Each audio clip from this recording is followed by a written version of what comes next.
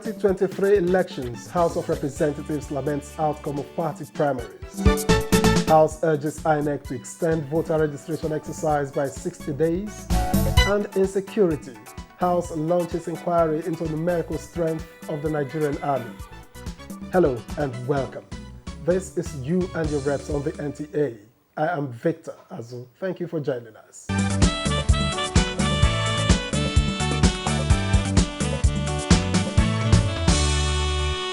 The outcome of the just concluded party primaries and fostering robust women inclusiveness in politics were points of emphasis by the Speaker, House of Representatives Femi Gbajabiamila, as he addressed plenary. It was the first sitting after the party primaries for the 2023 general elections. National Assembly correspondent Lamia Lee reports. The House members are meeting for the first time in chamber after political parties' primaries, an exercise that proved a litmus test for the amended Electoral Act 2022. The Speaker, in his welcome address, touched on the heart of the matter. Many fell on the wayside as they failed in their bid for re-election in the run-up to the 2023 general elections. When we fought for direct primaries in this House, we knew exactly what we were saying. It is rather unfortunate that the process went the way it went. The loss really is not for members who lost. It's a loss to democracy, to the institution, and to the country. The address was reassuring for women who are waiting in anticipation as the House prepares again to vote on the gender-related bills as the lawmakers consider the next batch of the Constitution Amendment bills. The Speaker has alluded to the fact that we are going to revisit those issues related to gender that were not passed with a view to getting them passed because some members did not get adequate information on those issues. Meanwhile, consideration of items slated on the order paper was suspended as the House adjourns plenary to Wednesday, 15th June, in honor of the late House member Basie Penyon, who died on the 23rd of April 2022.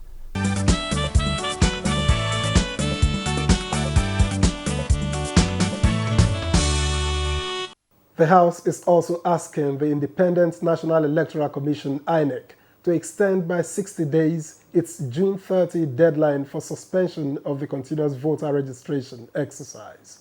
The suspension, if effected, the House fears may disenfranchise millions of Nigerians.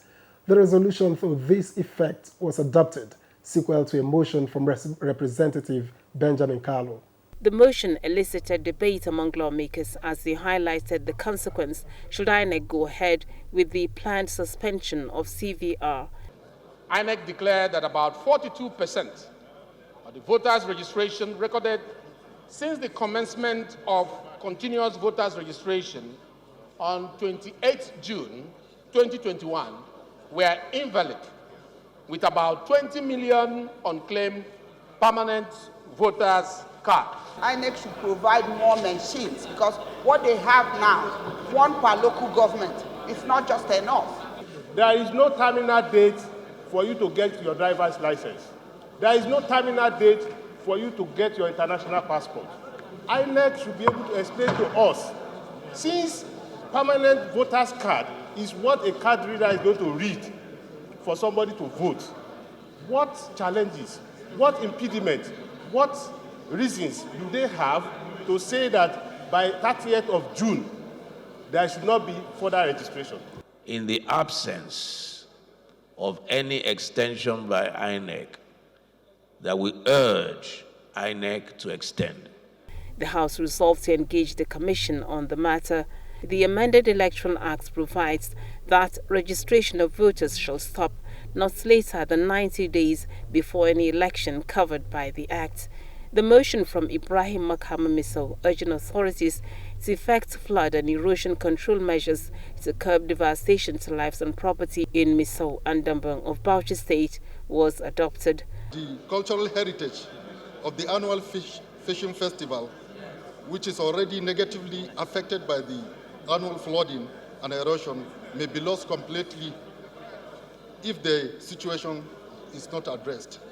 House members also supported the call from the Deputy Minority Leader Toby Okechukwu on the need to investigate unending fire at the site of Caritas University in Amojinike, Enugu State. The fire, which has claimed one life, reportedly started on Tuesday, May 24, 2022, after borehole drillers engaged by university struck a gas belt after about 1,242 feet below the earth. 3 bills were read the third time and passed, including the bill to establish Admiralty University of Nigeria, which made provisions for advancement of knowledge on military hardware and software.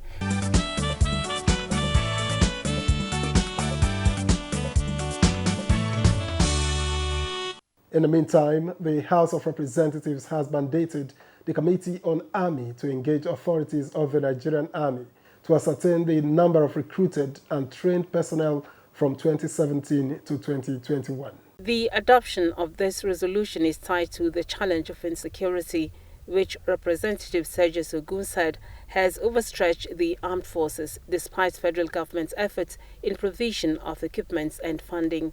In a bid to boost its military strength, the Nigerian Army has, in the past 5 years or more, conducted a series of recruitment exercises for persons desiring to be enlisted into the Nigerian Army. Even the facilities in the depot cannot handle beyond 5,000. We had even the cost. We spoke to the Army that why can't we even decentralize the recruitment exercise? We should go further, including the police, the military, the SS. We need more personnel. We need an update from the last recruitment. We need to update the numbers. I think this is very, very clear. The House, in response to a motion from Bamidele Salam and 10 other members, urged federal governments to secure the release of the remaining victims of the Abuja-Kaduna train kidnap incidents and other Nigerians in captivity. The figure of kidnapped persons increased to 2,865 in 2020 and 5,287 in 2021. Other security-related motions adopted include the one moved by Ade Oluwatimehi, urging authorities to fish out perpetrators of the recent attack at a church in Owo, the motion from Gideon Goroki on the need for security agents to curb security breaches in parts of Adamawa State, and the motion on the need to secure the forward operating base headquarters of 2nd Division at Ayete in Oyo State, as raised by Moraino Ajibola. The police authorities not to stop at just fishing out the perpetrator, but also to prosecute them so that at the end, justice may be served. On the 8th June 2022, the people of Boshkuri were attacked at night, and about 3 people were killed, houses were burned. Many of them are sleeping in primary schools and in churches. The current state of FUB, particularly that of Haiti, is a security risk to the army personnel and the communities where they are assigned, considering the unfortunate incidents of attack on the soldiers in the middle of 2021 in Haiti by unidentified gunmen. The lawmakers also asked for the rehabilitation of destroyed security outposts in Darazo and Ganjua in Bauchi State and Ihiala in Anambra State. Among bills passed at second reading is the bill seeking the establishment of National Board for Arabic and Islamic Studies from Abubakar Yunusa, and the bill to amend National Commission for Nomadic Education Act, sponsored by PRIMARIES Influence. The Islamic curriculum and education has been formalized with a commission, because they are just existing as a department. Given the commission, it will have amplified, magnified its activities. It is a bill that is apt. It also requires the consideration and support of our members. To legitimize it by way of legislation, that bill should have come as an executive bill. Amend the National Commission for Nomadic Education Act, Cap 20, Laws of the Federation of Nigeria, 2004, to redefine the concept of nomadic education to cover all categories of nomads, including migrant fishermen and itinerant farmers. 6 bills passed first reading, including the bill to amend Nigeria Railway Corporation Act.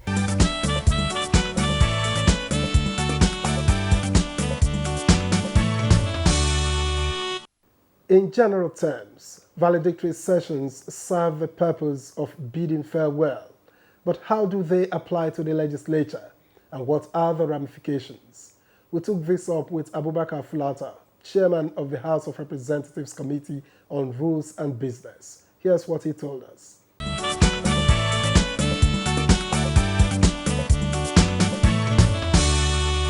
But this session are normally sessions and special sessions in honor of either a member leaving the House for a higher appointment, or a civil servant, like for example the clerk, after putting in 60 years or 35 years in service and he retires, the House organizes a special session to review his life of work in the House and how he related, and there will be eulogies of his good deeds, how he worked with success of the House. So these sessions are special sessions to appreciate the departure of a colleague who has done a lot for the House. Sometimes it's also organized for deceased members, people who worked closely or very well with members and then passed on to eternal glory. They are honored in the valedictory session where he's eulogized.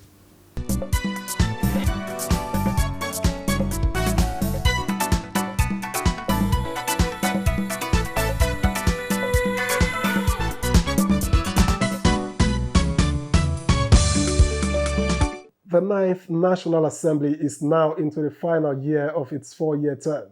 So we went to the streets to get an assessment of the legislature and possible areas to pay attention in the last few months. For the past 3 years, the National Assembly, they have been able to make laws for the good governance of the citizens. They have been able to stabilize the polity. They were able to do an amendment to the Electoral Act. PIB that have been in the oven for a very long time, to their credit, they pass it and it become the PIA. So that is one of those things they will be accredited with. We have been talking about restructuring. We have been talking about the state police. So everybody are clamoring for it. If they can do it, it will be going. It will go down in their own favor in the books of history of Nigeria. That this was the 9th Assembly that amended the Constitution. They have tried to assess all the projects that were on the ground and expose a lot of things concerning the fraud, part of a contract. We need to have a sort of a bill that we can go on referendum. So far, they have done some tremendous jobs, despite the fact that some people look at them at the lower stamp. But in the area of the electoral law amendment bill, they have done well, despite the fact that there are some challenges on some sections. My advice to 9 Assembly is for them to look at the critical areas of the law that will further strengthen our democratic system. They know the job they are expected of them, even though I don't still see them. In fact, I'm not expecting much from them from now to the end of their tenure.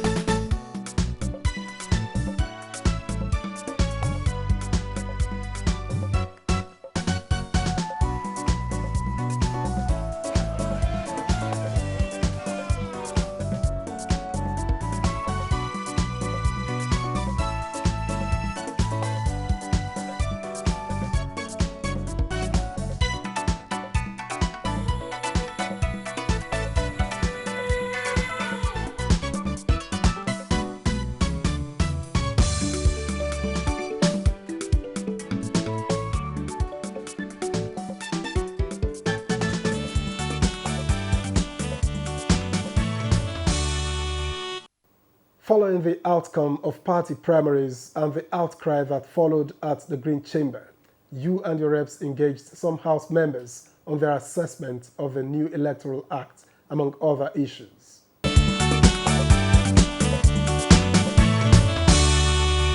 This particular primaries, compared to previous, was done in the open, and that's a positive. But the negative is the monetization, and the challenge is that could make some quality candidates to lose. But if you work hard and you are in tune with leadership, you'll sail through. The sad part of these recent primaries is the fact that the delegates were fewer, and therefore they were arrogant. They inflated whatever price tag they thought they had, and that was challenging. For somebody like me who have performed very well, and my party is proud of me, I thought I would just walk through. But when other contestants came in who had bags of money, it became an issue. But I'm grateful to God that He vindicated me and gave me the ticket. The outcome of it is that it's good for you to reach out to the people that make you to be where you are. Because if not the effort of the electorate, the masses, the constituents, they are the ones that elected all of us here.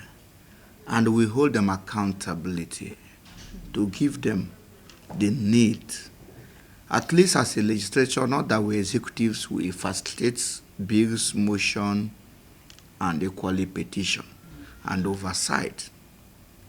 But we will have a constitutional right of the constituency project. Not that we are not the contractors, but those projects are being attracted by the legislatures. When most of those things, you're opportune to attract it, you should cite it to your people for their seeing. And equally, being a member of some committees, you'll be privileged to have one or two people you can engage or employ. You should be able to do the needful to engage your people. It will help to get them out of street. It will help to make them to be reliable. It will help them to hold accountability. And so many other things that you achieve when you have such things to do to your people. And that is what I believe that have helped us, most of us.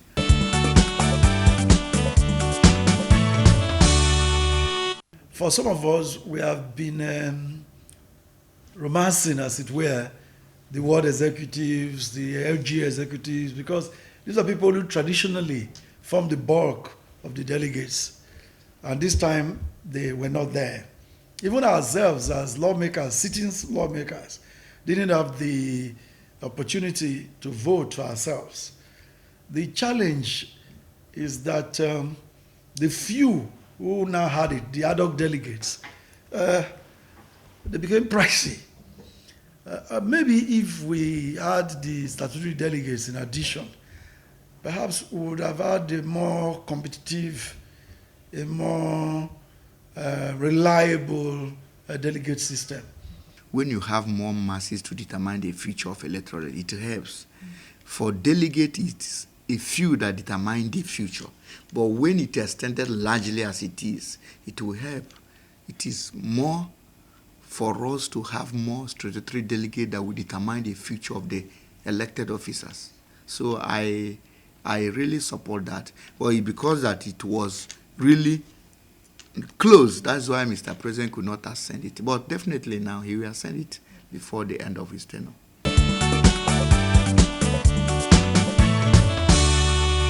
We have passed some very important piece of legislation, like the Petroleum Industry Act that has been stuck for about 20 years. The Electoral Act that we just passed is a landmark legislation that is going to revolutionize the electoral process in our country. I'm proud that I'm a part of the assembly, the Ninth Assembly, that has achieved this. And there are many other areas that we have done very well. And I'm glad that this assembly has been cohesive. I mean, we've been together We've worked together as a team. We've had a good leadership. And it's been a good learning curve for those who came for the first time. There was this platform that our speaker, His Excellency, Right Honorable Femi Gbajabiamila, gave to everybody, so that at some point you won't know a first-timer as different from a ranking member, in the sense that he gave opportunities to all. Since the ascension of democracy, this is the most united National Assembly you've ever seen, because the Mr. Speaker and the leadership have what is called joint task. That joint task, irrespective of the party, the interest of Nigeria is what is taking off everything. And we are working hand to hand. It's only the Ninth Assembly you have an opposition party that are heading a committee. Only the National Assembly you see an opposition being accommodated. That is the symbol and the sign of joint task. And Mr. Speaker give everybody a sense of belonging, and the leadership.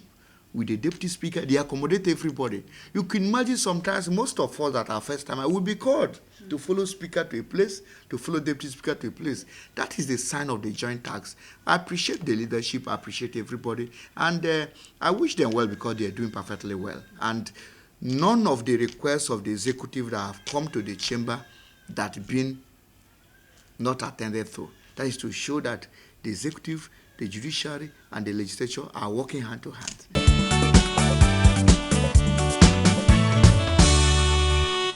My first focus in this fourth year of this first tenure is to ensure that my bills that have crossed second reading, they get passed into law, passed by the House, concurrence in the Senate, and Mr. President's assent.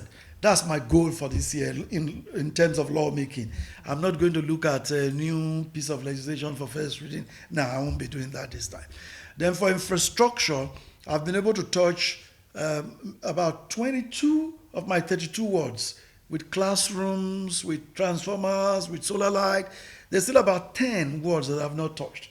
In this final year, they will all have my signature, and that will be infrastructure projects that will be in each of the 32 wards, so that by the time I'm coming in for the second tenure, I'll be coming in, with pride that I've served my people well. We'll be looking at those legislations too, to ensure that we clean the slate, make sure that we pass all legislations that are still pending at committee level.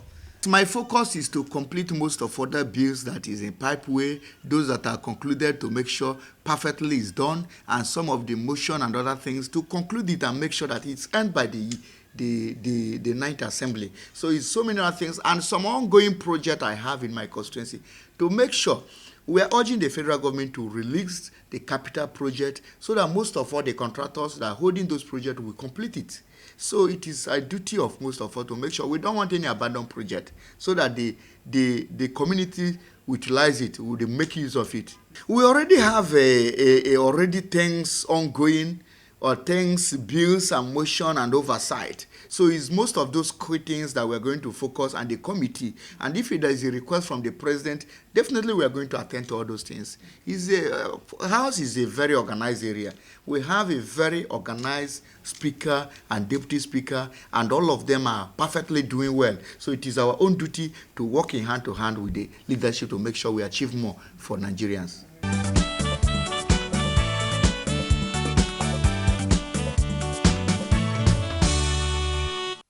And you get a sense that the months leading up to the general elections might be quite intense. That's been You and Your Reps. We thank you for watching.